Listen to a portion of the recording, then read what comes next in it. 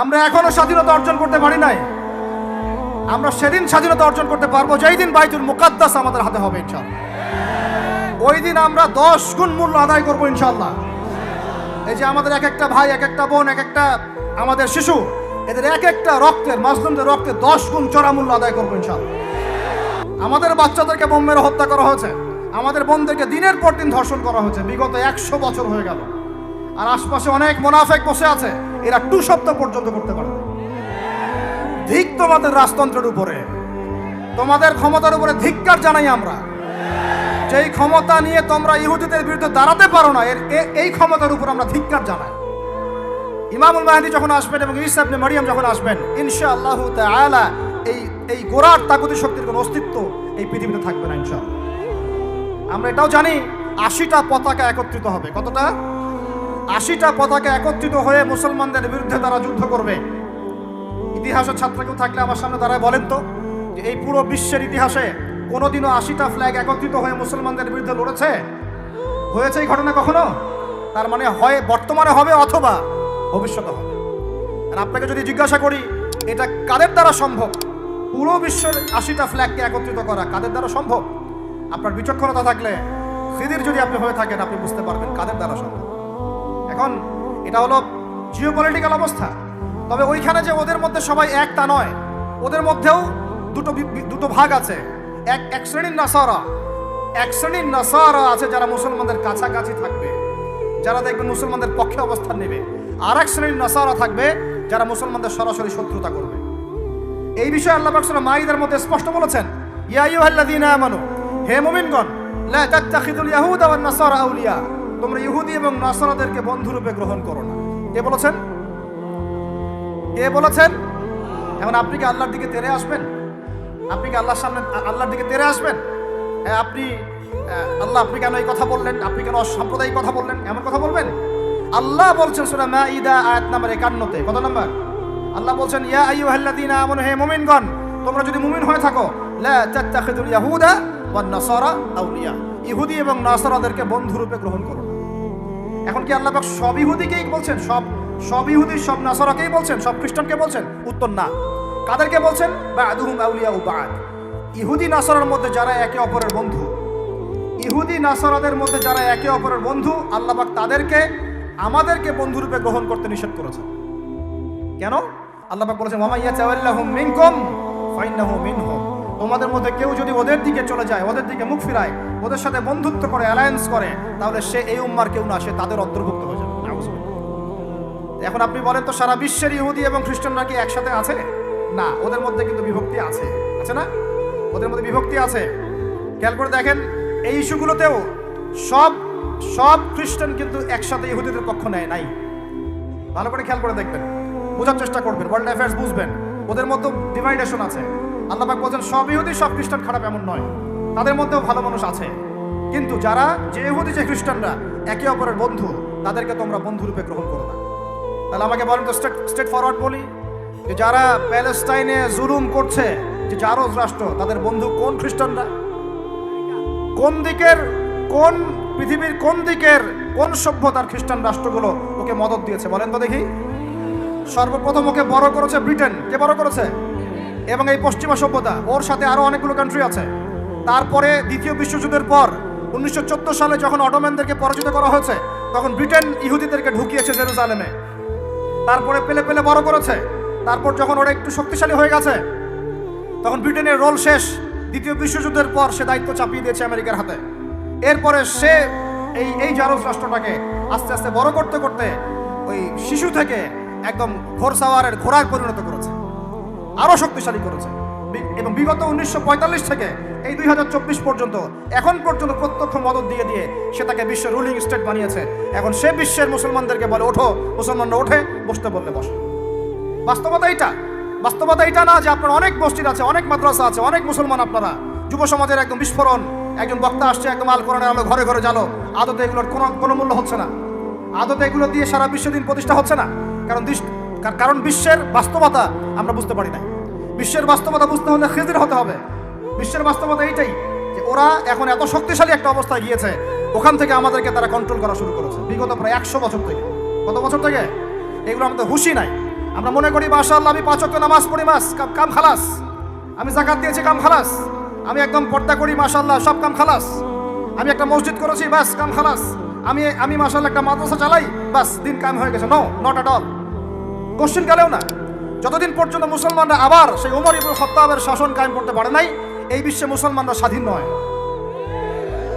আমরা এখনো স্বাধীনতা অর্জন করতে পারি নাই। আমরা সেদিন স্বাধীনতা অর্জন করতে পারবো যেই দিন বাইতুল মুকাদ্দাস আমাদের হাতে হবে ইনশাআল্লাহ।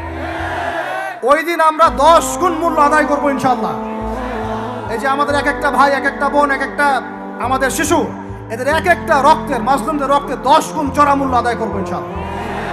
আল্লাহ নবী সেটা বলেছেন যে ইহুদিদের বিপক্ষে কথা বলবে পাথর এবং গাছ, পাথর এবং গাছ পর্যন্ত, হাত্তা ইয়াকুলুশ শাজার ওয়াল হাজার, এমনকি গাছ এবং পাথর কথা বলা শুরু করবে।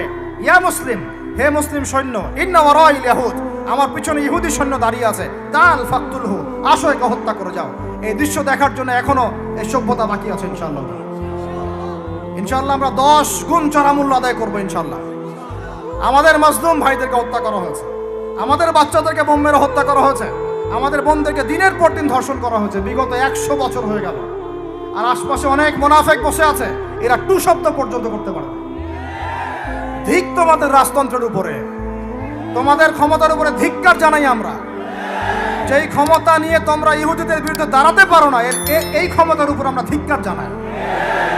ওর চেয়ে ওই মাজলুম ভাইরা অনেক ভালো যারা ওই গুটি কয়েক লাঠিসোঁটা নিয়ে এদের প্রতিবাদ করেছে। ইনশাআল্লাহ এই প্রতিবাদ কিয়ামত পর্যন্ত থাকবে ইনশাআল্লাহ। আর আমাদের সরকার যদি আমাদেরকে সুযোগ করে দেয়, ইনশাআল্লাহ আমরা সেখানে শরীক হব ইনশাআল্লাহ। আমরা তো আর বিচ্ছিন্নভাবে শরীক হতে পারবো না। আমরা একটা জাতি গঠন করব। আমরা তো রাষ্ট্রের বাইরে না, আমরা সরকারের বাইরে না, আমরা বিদ্রোহী না, আমরা সরকারের বিরুদ্ধে কোনো অবস্থান নেই না। আমরা দাবি জানাবো যদি আমাদের প্রত্যেক সদস্যকে, মানে আমাদের এই যে আমাদের দেশের যারা প্রশাসনে আছেন, আমজনতার মধ্যে আছেন, যাদের মধ্যে জিহাদের জাজবা আছে, যারা ইহুদিদের সাথে জিহাদ করতে চায়, এই মানুষগুলোকে আপনারা প্রশিক্ষিত করেন, করে গাজায় পাঠান ইনশাআল্লাহ।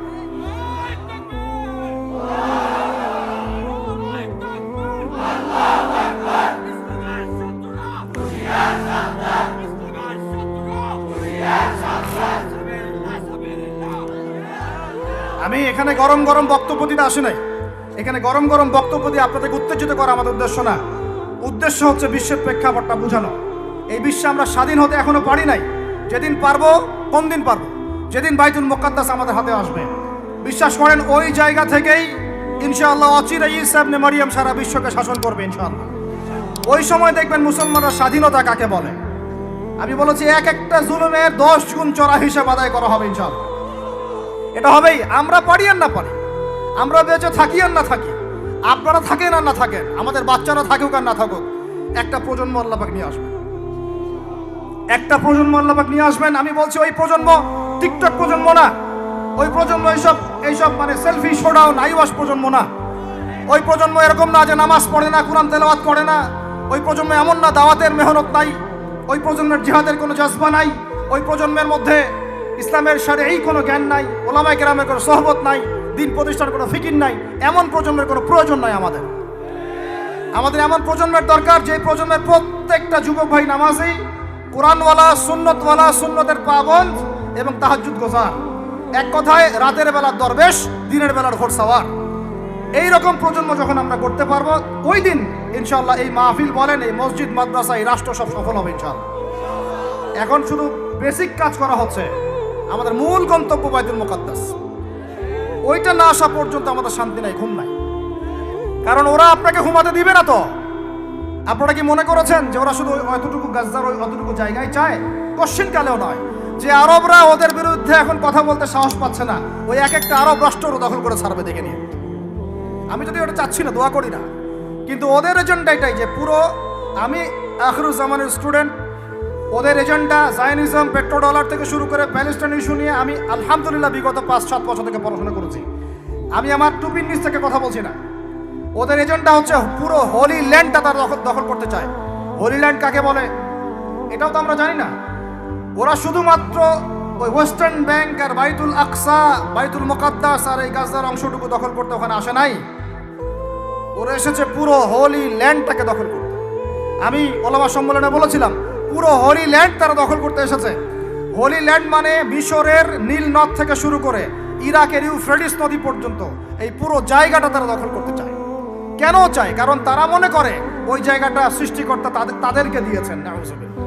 তারা মনে করে ওইটা হচ্ছে তাদের মাসিহ আসার জায়গা, এবং ওই জায়গা থেকে তাদের মাসিহ, তথাকথিত মাসিহ মানে মাসিহুদ দাজ্জাল, পুরো বিশ্বকে শাসন করবে এবং তারা তাকে সঙ্গ দিবে। এটা ওদের এজেন্ডা, এটা ওদের ভিশন। যত কিছু ওরা পৃথিবীতে করছে এই ভিশনটাকে কাজে লাগিয়ে, এই ভিশনটাকে পিছনে রেখে তারা এই কাজগুলো করছে।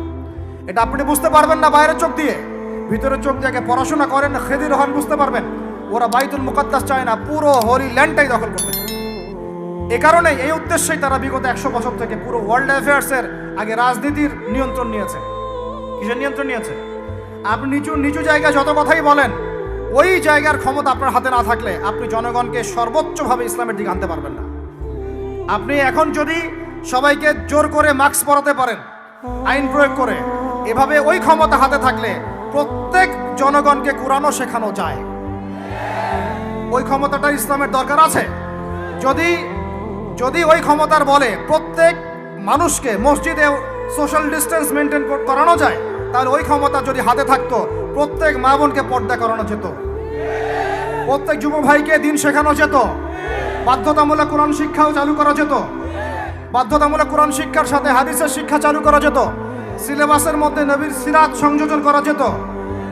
ইসলামে এই ক্ষমতাটা দরকার আছে। কিন্তু এটাকে অ্যাচিভ করার যে পথ পদ্ধতি, এই পথ পদ্ধতির মধ্যে আমরা আসলে কেউ নাই। নবীর তরিকার মধ্যে আমরা নাই, আমরা পড়ে আছি পশ্চিমা তরিকার মধ্যে। পশ্চিমা তরিকা দিয়ে ওই জায়গায় আপনি যেতে পারবেন না। আর যদি যেতে পারেনও, পশ্চিমারা আপনাকে সেখানে থাকতে দিবে না। আমাদের এখানে সবচেয়ে ভালো মানুষ যিনি, এখানকার এই এলাকার যিনি দায়িত্বশীল, তিনি যদি সবচেয়ে মুত্তাকি পরহেজগার মানুষ হন, তিনিও যদি দাঁড়িয়ে বলেন যে আমি ইসলামের পক্ষে আছি, কোরআনের পক্ষে আছি, হাদিসের পক্ষে আছি, আমি বাইতুল মুকাদ্দাসের পক্ষে আছি, মাজলুম ফিলিস্তিনিদের পক্ষে আছি, তার উপর থেকে চাপ চলে আসবে। কারণ পুরো বিশ্বের শক্তিটা নিয়ন্ত্রণ করছে এখন ইহুদিরা, নাসারারা, জায়নিস্টরা। ওই জায়গায় যতক্ষণ পর্যন্ত আঘাত না পড়ছে ততক্ষণ পর্যন্ত আপনি বিশ্বে স্বাধীন হতে পারবেন না। অতএব বাইরের চোখ দিয়ে না, ভিতরের চোখ দিয়ে দেখতে শিখুন। তো ভিতরের চোখ পুরো জিও পলিটিক্সটা আপনাকে বুঝাবে। ভিতরের চোখ দিয়ে দেখলে আপনি দেখবেন মুসলমানরা এখনও তাদের অধীনে পরাধীন হয়ে আছে। এখান থেকে আমরা স্বাধীনতা চাই ইনশাআল্লাহ। আল্লাহ পাক আমাদেরকে সেই স্বাধীনতা অর্জন করার তৌফিক দান করেন।